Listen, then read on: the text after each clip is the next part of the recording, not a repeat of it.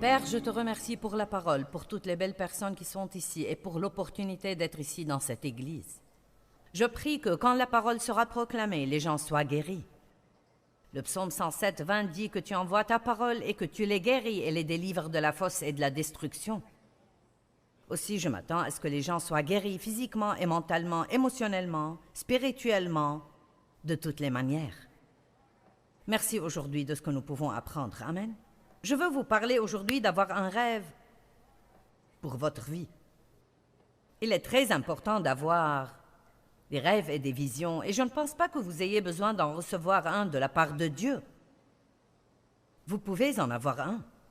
La Bible dit que les vieux auront des songes et les jeunes gens des visions. Je pense que souvent les gens restent là à attendre un événement surnaturel, une voix. Ils attendent une parole prophétique, une apparition angélique qui leur donne en fait une certitude sur ce qu'ils sont supposés faire. Mais la plupart du temps, vous devez juste aller de l'avant et découvrir par vous-même. Beaucoup pensent « je ne sais pas ce que Dieu veut que je fasse ». Pourquoi ne pas essayer plusieurs choses et trouver assez vite ce qui marche et ce qui ne marche pas? Je voulais vraiment être utilisé par Dieu. J'étais juste rempli du désir d'être utilisé par Dieu. Et donc, j'ai simplement commencé à faire quelques trucs. Notre église emmenait des gens dans les rues le samedi matin et distribuait des tracts, et pour être honnête, ce n'est pas quelque chose pour lequel je me sens très douée, mais je voulais servir le Seigneur. Alors j'y allais. Il faisait froid, je n'étais pas à l'aise. Nous traînions nos enfants jusqu'aux rues du centre-ville à Saint-Louis chaque samedi. Et le premier tract sur l'évangile que j'ai donné, le gars l'a remis dans ma main et a dit « je ne le veux pas ». Et a ajouté quelques mots choisis. Et ensuite, j'ai travaillé dans une petite garderie. Eh bien... Pourquoi est-ce que vous riez? Ça n'a pris aux enfants et à moi que 2 semaines pour savoir que ce n'était pas vraiment mon onction. Et vous savez, je devrais dire que j'étais juste le genre de personne qui était déterminée de servir Dieu. Je voulais être utilisée par Dieu et donc, j'ai essayé différentes choses. Parfois, vous avez juste à... C'est un peu comme quand vous achetez des vêtements. Vous devez les essayer pour trouver ce qui va. Et je pense que souvent, c'est comme cela dans la vie. Vous devez juste essayer des trucs pour pouvoir trouver ce qui va. Donc, ne soyez effrayés de sortir, d'avoir des rêves, d'avoir des visions, des espérances, et croyez toujours au miracle. Il y a des rêveurs qui ne travaillent pas, et des travailleurs qui ne rêvent pas, et les deux sont mauvais. Donc, pensez à cela. Et si vous êtes une personne dure à la tâche, mais vous n'avez pas de rêve? Beaucoup de gens sont comme cela. Ils se lèvent juste le matin et ils vont et font ce qu'il y a à faire là, mais ils n'ont aucune espérance ni aucun rêve au-delà du chèque du vendredi et des factures à payer et de recommencer la semaine suivante. Et quand nous vivons comme ça, nous nous ennuyons tellement. C'est exactement la même chose. Ennuyeux, ennuyeux, ennuyeux. Est-ce qu'il n'y a rien de plus que cela dans la vie? Quand est-ce que quelque chose de passionnant va m'arriver? Et donc, ils sont passifs. Vraiment. Si vous travaillez, vous devez avoir un rêve. Vous devez avoir une espérance pour ce que vous allez faire avec le fruit de votre labeur. Vous devez croire que vous pouvez monter plus haut. Vous devez croire que Dieu va faire quelque chose de plus grand avec vous. Et puis, il y a des rêveurs qui ne travaillent pas. Et ça, c'est vraiment fou, parce que la Bible dit, en Ecclésiaste 5.3, « Un rêve se réalise avec beaucoup de travail et un effort pénible. » Je vais le répéter, car certains ont un rêve, mais si vous n'êtes pas désireux de faire le travail, et même parfois passer par la partie pénible. Vous savez, je crois qu'avoir un rêve, c'est comme être enceinte. Il se peut qu'il y ait des femmes qui accouchent sans absolument aucune peine, mais il n'y en a pas beaucoup. Et je pense que si vous voulez donner naissance à quelque chose, vous devez réaliser que ça implique davantage que d'avoir des idées brillantes. Vous avez un rêve, une vision, vous avez une espérance, un plan. Mais vous devez être désireux de travailler et de passer tout ce par quoi vous allez passer pour le voir se réaliser. Je veux vous demander ce matin si vous avez le cœur d'un finisseur.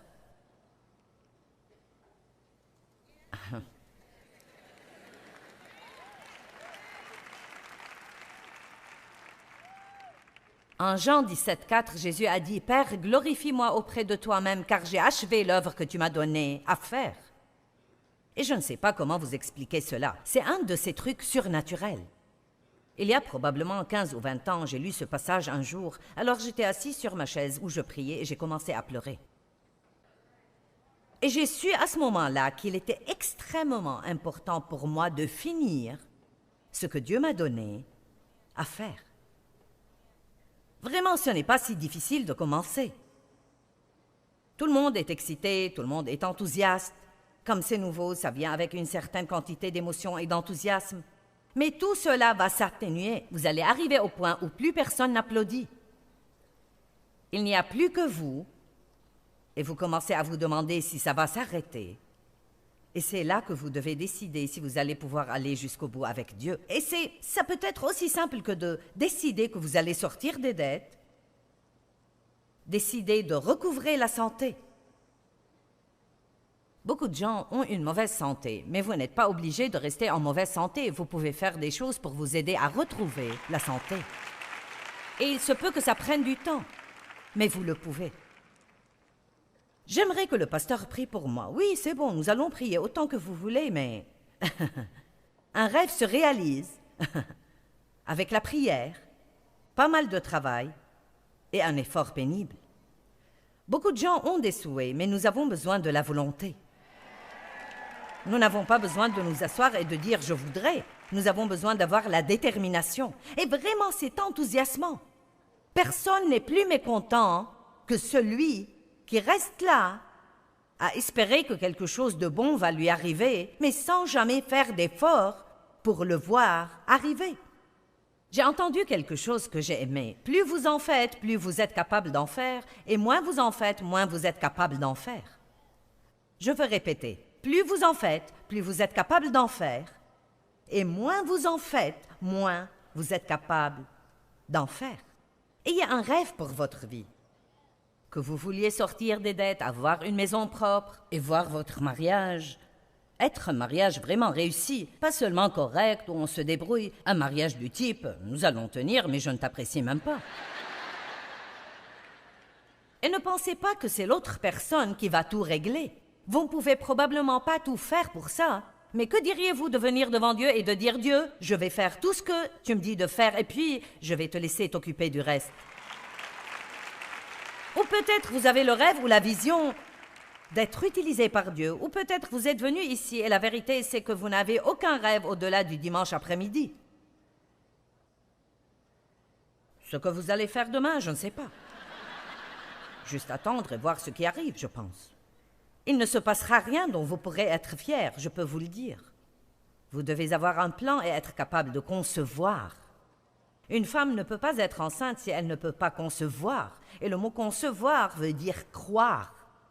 Donc dans le naturel, vous concevez la semence d'un mari et vous devenez enceinte. Dans l'esprit, vous concevez spirituellement la semence des rêves et de l'espérance et de la foi que Dieu met en vous et vous êtes enceinte. Mais ce n'est pas tout, n'est-ce pas? Combien vont passer la grossesse? Combien vont être en travail et accoucher? On ne parle pas seulement d'accouchement. On n'est pas immédiatement à la maternité. Il y a le travail puis l'accouchement. Amen? Maintenant, les gars, vous n'avez qu'à faire marcher votre imagination ce matin parce que j'aime utiliser cet exemple quand je prêche sur ce sujet. Que voyez-vous pour votre avenir? En Genèse 13, nous voyons une situation où Dieu a béni Abraham et son neveu Lot à un tel degré. Ils ont eu tellement de bétail et ils ont eu tellement de serviteurs que les serviteurs eux-mêmes se battaient entre eux pour savoir quel troupeau allait avoir l'herbe.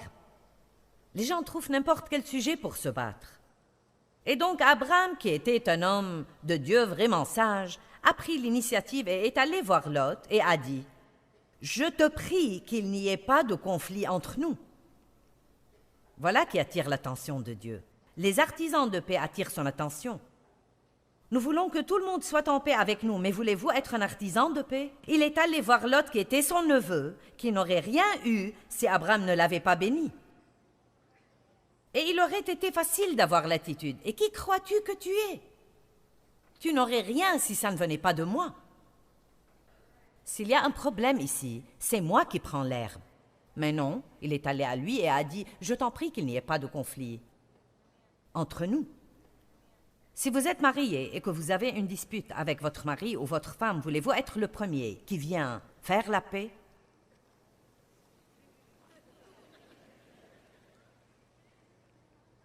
Ce n'était pas ma faute. La Bible ne dit pas de vous excuser si ce n'était pas votre faute. Ou seulement si c'est votre faute. Les gars, vous êtes un peu silencieux là. J'ai dit, voulez-vous être celui qui fait le premier pas et fait la paix, même si vous pensez que vous n'étiez pas fautif? Si vous faites cela, Dieu va vous honorer. Dieu va vous honorer si vous faites ce qu'il faut pour maintenir la paix. Je prie qu'il n'y ait pas de conflit entre toi et moi. Vous choisissez, écoutez ceci, il a dit, choisis la partie de la vallée du Jourdain que tu veux et je prendrai ce qui reste. Quelle attitude humble. Donc évidemment, Lot choisit la meilleure partie et ce qui restait à Abraham, je devine, n'était pas aussi bien. Il aurait pu avoir une mauvaise journée. Il aurait pu se dire « Je dois tout recommencer ». Je pense que tout recommencer parfois est vraiment excitant. C'est un fait, je travaille sur un livre en ce moment qui ne sortira pas avant 2 ans, mais il est appelé « Il n'est jamais trop tard pour commencer à nouveau ». Et je veux que les gens ici sachent que c'est jamais trop tard. Vous n'êtes jamais trop vieux, vous n'êtes jamais trop jeune, vous n'avez jamais eu trop de problèmes, vous n'avez pas eu trop de quoi que ce soit. Il n'est jamais trop tard pour recommencer à zéro. Avec Dieu, vous pouvez avoir le rêve ici aujourd'hui que votre vie va devenir meilleure. Vous pouvez avoir le rêve que vous allez faire quelque chose de grand, le rêve de ne plus être endetté. Vous pouvez avoir le rêve d'être en paix dans la maison. Vous pouvez avoir le rêve de voir vos enfants restaurés. Mais si vous ne croyez pas à quelque chose, vous n'allez rien avoir. Je préfère croire à beaucoup et n'en obtenir que la moitié qu'à un peu et l'avoir tout. Donc, en Genèse 13, verset 14, après que Lot se fut séparé d'Abraham, le Seigneur dit à Abraham, « Porte ton regard depuis l'endroit où tu es, vers le nord et le sud, vers l'est et l'ouest. Tout le pays que tu vois, je te le donnerai. » Donc il a dit, « Ok, monte sur le sommet de cette montagne, sors de cette fosse de dépression, sors du découragement, monte quelque part où tu peux avoir une plus grande vision, regarde au nord, au sud, à l'est et à l'ouest, et quoi que tu vois, je te le donnerai à toi. » Que voyez-vous aujourd'hui? Vous, les gars, avez besoin de ça, je vois votre manière d'agir. Et puis, il continue et dit plusieurs autres choses. Et puis, verset 17, et j'aime vraiment cela. Il est dit, « Lève-toi et marche à travers le pays, en largeur et en longueur, car je vais te le donner. » Donc, il lui a dit de faire 2 choses. Il a dit, « Va voir quelque chose, maintenant marche-y. Va voir quelque chose, maintenant marche-y. » Il y a de nombreuses années, alors que j'étais en train d'écouter le tout premier enseignement sur une cassette que j'ai écoutée, j'avais été touchée par Dieu formidablement juste quelques semaines auparavant et j'avais été puissamment remplie du Saint-Esprit. Et quand Dieu touche votre vie de cette façon, ce n'est pas juste pour que vous ayez la chair de poule, mais il est en train de vous équiper pour faire quelque chose. Équipé, qui croit qu'il a reçu l'onction? Vous êtes loin pour faire quelque chose. Si ce n'était pas pour faire quelque chose, alors il n'y aurait pas d'onction. Nous ne sommes pas loin pour renoncer. Nous ne sommes pas loin pour être fainéants. Nous sommes loin pour voir quelque chose dans l'esprit et pour le réaliser dans nos vies. Ce jour-là, alors que j'écoutais cet enseignement qui était pris de Marc chapitre 4, intitulé « Traverser jusqu'à l'autre côté », et j'avais été dans l'église depuis de nombreuses années, mais je n'avais jamais entendu quelqu'un prêcher 1 heure entière. Nous avions des sermons de 15-20 minutes. Je ne pouvais pas croire que quelqu'un puisse prêcher pendant 1 heure entière sur un seul verset et que je pouvais être intéressée. Pourquoi est-ce que je l'ai apprécié? C'était loin. Et là où il y a l'onction, vous pouvez écouter toute la journée, Parce que ce n'est pas vraiment une personne qui vous parle, c'est Dieu qui utilise cette personne pour vous parler. Et ça ne tombe pas juste dans votre tête, ça descend dans votre cœur et vous témoignez que c'est une parole qui vient de Dieu. Et après avoir entendu cet enseignement ce jour-là, quelque chose est venu en moi comme un rugissement ou un vent puissant, pas quelque chose que j'aurais senti naturellement, mais quelque chose a pris naissance dans mon esprit. Et la façon dont je l'ai entendu était, un jour, tu vas aller dans le monde entier et enseigner ma parole, et tu vas avoir un grand ministère d'enseignement sur cassette. Vous savez, Dieu vous parle dans les termes d'où vous êtes à ce moment. À l'époque, c'était ce que nous avions. Bon, aujourd'hui, à travers les enregistrements, ça sort sur des cassettes et maintenant vous envoyez ces trucs par des trucs électroniques. Mais nous enseignons la parole de Dieu dans 63 langues différentes, dans les 2/3 du monde entier. Donc, maintenant, laissez-moi vous dire que ça a été quelque chose de le faire se réaliser. Ça a été quelque chose en termes de travail. Et ça a été quelque chose en termes d'efforts pénibles. Mais quand je pense à où j'aurais pu être et à où j'aurais été si je n'avais pas eu de rêve, je me sens très forte à cause de ça. Je peux même dire que je me sens un peu prophétique à ce sujet. Dieu veut que vous ayez un rêve pour votre vie. Certains d'entre vous, vous avez besoin de vous remuer, vous avez eu des problèmes, vous avez eu des souffrances, vous avez été très déçus et vous avez laissé ça prendre le dessus et vous êtes juste un peu comme... Ou peut-être pas totalement, mais comme si vous laissiez tomber. Et je pense que peut-être Dieu m'a envoyé ici ce matin, juste pour vous rendre un peu à la vie, en disant ce que Paul disait à Timothée. Remue-toi, souffle sur cette flamme, ne laisse pas le feu s'éteindre. Souviens-toi de ces prophéties. Souviens-toi de la foi de ta mère et de ta grand-mère. Souviens-toi des choses que Dieu t'a dites. Souviens-toi des promesses de Dieu. Ne regarde pas juste les autres en admirant ce qu'ils font. Toi, fais quelque chose. Dieu est le même Dieu pour chaque personne. Ayez un rêve et réalisez-le. Il y a quelque chose qui vaut vraiment le coup d'être vu en Genèse 15, verset 1. Après ces événements, la parole de l'Éternel fut adressée à Abraham dans une vision en ces termes. « Sois sans crainte, Abraham, je suis moi-même ton bouclier, ton abondante compensation et ta récompense sera très grande. » Donc, voici Dieu qui donne à cet homme Abraham une grande parole pour sa vie. Et Abraham répond en disant, « Dieu, que me donneras-tu? Je m'en vais sans enfant, et l'héritier de ma maison, c'est mon serviteur Eliezer de Damas. Que peux-tu me donner, Dieu? Tout ce que j'ai, je n'ai même pas d'enfant à qui le laisser. Je vais devoir le laisser à cet employé. » Verset 3, et il ajouta, « Tu ne m'as pas donné de descendance. » Et celui qui est né dans ma maison sera mon héritier. Il ne l'a pas dit une fois, il l'a dit 2 fois. Il était absolument convaincu que Dieu n'était pas en train de lui parler à lui. Dieu est en train de vous parler à vous aujourd'hui. À vous. À vous. Ok, ne rendez pas cela si difficile, je n'ai qu'un temps limité. À vous!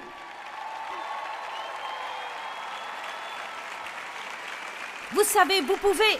Je peux sentir la mentalité que tant de gens ont aujourd'hui. Vous vous asseyez là et vous admirez Joël, ou vous êtes assis ici et peut-être ce matin vous m'admirez. Bien, vous savez quoi? Dieu peut faire quelque chose d'aussi étonnant à travers vous.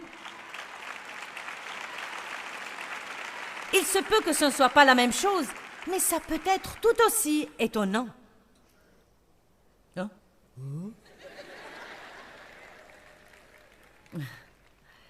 Vous devez être capable de concevoir. Je veux qu'un tas de gens aujourd'hui tombent enceints. Les hommes doivent tomber enceints aujourd'hui. Oui, et vous qui regardez à la télévision, n'éteignez pas la télé parce que j'ai dit quelque chose qui sort du commun. Vous aviez besoin que quelqu'un vous sorte de votre boîte. Amen. Maintenant, écoutez ce que Dieu a dit. J'aime ça, j'aime ça, j'aime ça, j'aime ça. Alors la parole de Dieu s'adressa à lui en ces termes, verset 4. « Ce n'est pas lui qui héritera de toi, mais celui qui sortira de tes entrailles héritera de toi. Mais il y avait un énorme problème parce que Sarah ne pouvait plus porter des enfants. Si je peux rendre cela très clair pour que nous le comprenions très vite, elle était une femme déjà très âgée. Et lui n'était pas capable de faire ce qu'il avait besoin qu'il fasse. De faire cela. Je viens d'entrer sur un terrain dont je ne sais plus comment sortir. L'un des deux avait environ 90 ans et l'autre 100. Et donc, voilà Dieu qui dit, « Oh, vous, je vais vous bénir et je vais vous multiplier. Et vous allez être ceci et cela. » Et lui, « Je n'ai même pas d'enfant. » Et puis la deuxième fois, il dit, « Je n'ai même pas d'enfant. » Et Dieu lui dit, écoutez, verset 5. Il le fit sortir de sa tente sous les étoiles et lui dit, « Contemple donc le ciel, compte les étoiles, si tu peux les compter. » Puis il lui dit, « Telle sera ta descendance. » Et Abraham eut foi dans le Seigneur. Maintenant, écoutez. Il y a quelque chose que nous ne voulons pas rater. Pourquoi Dieu a-t-il dû le faire sortir de sa tente?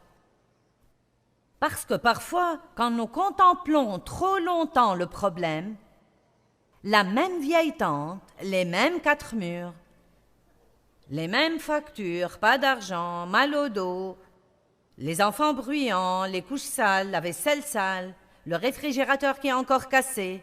Je vieillis, tout ce qui était là en haut est descendu en bas. Vous regardez la personne à qui vous êtes marié, tu as perdu tes cheveux, tu as de la brioche, vous savez. Dieu dit, sors de là. Arrête de contempler tout ça. Sors de là et reçois une vision. Lève les yeux. Regarde ce que j'ai fait. Regarde ce que j'ai créé. Amen. Ouh! Alléluia. Et certains de vous, vous devez sortir de votre tente quand vous vous sentez couler. Allez vous promener. Allez regarder une montagne. Si vous n'en avez pas, allez regarder une colline. Faites quelque chose. Sortez avec quelqu'un qui va vous encourager. Allez à l'église. Allez écouter de la bonne musique. Mais pas en restant assis à vous dire que rien de bon ne va jamais vous arriver. Rien de bon ne va jamais vous arriver si vous ne croyez pas fermement dans l'Esprit Saint que si Dieu peut le faire pour quelqu'un, il peut aussi le faire pour vous.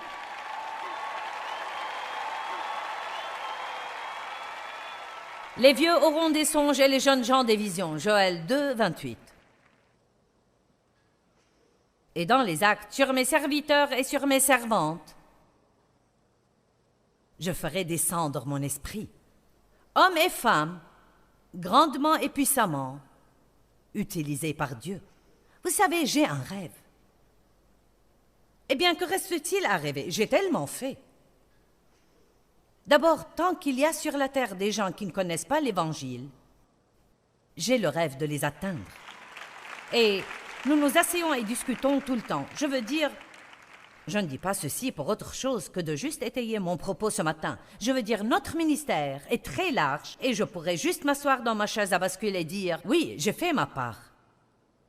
Récemment, nous sommes rentrés d'Indonésie et je parlais avec mon fils David qui dirige toutes nos missions dans le monde. Et j'ai dit, nous étions en train de parler des endroits dans le monde que nous pourrions atteindre où nous ne sommes pas encore allés. Et j'ai dit, où? Quels sont les endroits les plus arides? Où pouvons-nous aller que nous n'avons pas vu encore? Il a nommé 2 endroits. J'ai dit, et le Japon? Il a dit, ah, tu ne peux pas, on ne peut rien faire au Japon. Il a dit, ils sont vraiment très fermés. Et j'ai dit, je veux que tu ailles là-bas pour voir ce que nous pouvons faire. Bon, c'est quelqu'un de ferme aussi, alors j'ai dit, va et trouve quelqu'un qui distribue des livres. Fais traduire certains de nos livres. Essaye de trouver des églises. Vois ce que tu peux faire là-bas. Regarde s'il y a un moyen pour nous de passer à la télé. Nous n'avons pas pu avoir de télé à Paris, mais nous avons mis un programme sur Internet et nous avons eu des milliers et des milliers et des milliers de gens qui regardent le programme chaque jour sur Internet et aucun gouvernement peut les empêcher de le recevoir quand il arrive par satellite.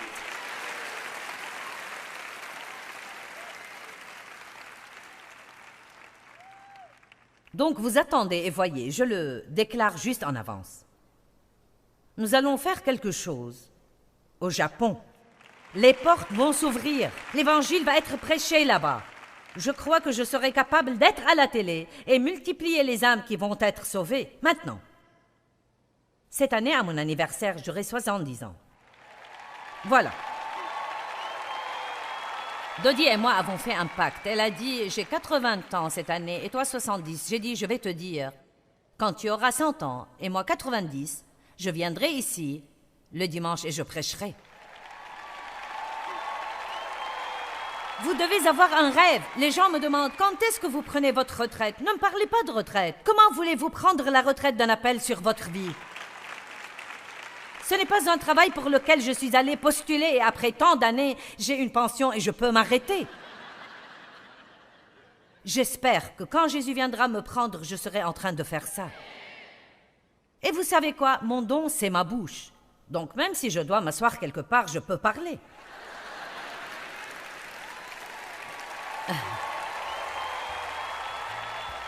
Ayez un rêve pour votre vie. Vous savez, accomplir un rêve donné par Dieu n'est jamais facile. Mais ça vaut les efforts et les sacrifices que ça peut nous demander. Ne renoncez pas.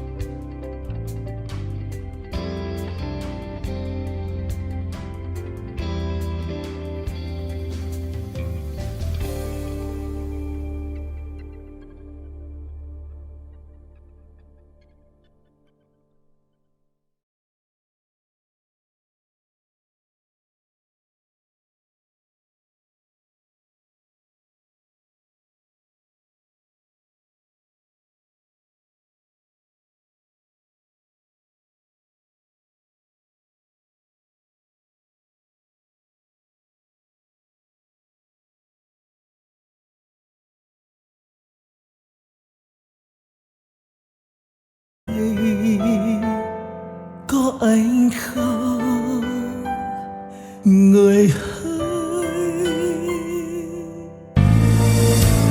bao đắm say ta có bên người còn đâu, làn tuyết trắng mùa đông khóc nhau, nhìn từng con phố ngày xưa vắng lặng, tuyết trắng luôn sẽ có quay. Ngày xưa ấy một lần lầm lỡ, thế nhưng lại đau vì ta mất nhau. Người không thứ tha đời ta ngỡ ngàng, để cho thương nhớ về trong lỡ ngày ta xa một ngày mùa đông, tuyết rơi lạnh cóng xót xa hoài mong. Bóng tuyết rơi một đời tạ tới đóng băng